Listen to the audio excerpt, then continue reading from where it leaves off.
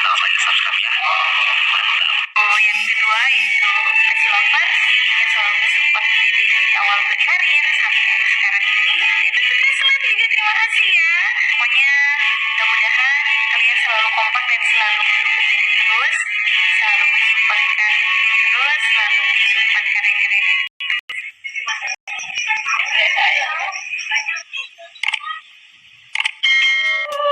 Assalamualaikum warahmatullahi wabarakatuh. Jumpa lagi di Info Selebritis. Salam cute.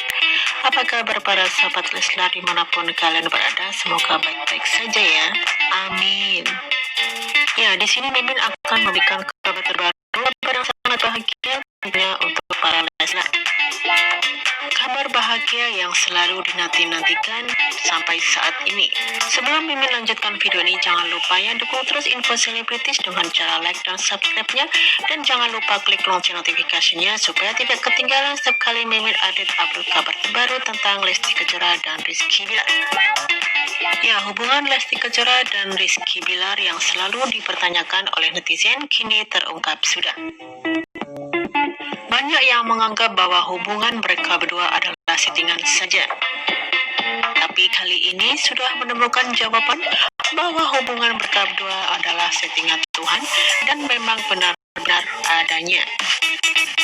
Dan semakin hari pun semakin menunjukkan detik-detik akan ada pernikahan mereka berdua. Dan kemarin Rizky Bilar telah mendeklarasikan hubungan dengan Lesti Kejora ke publik.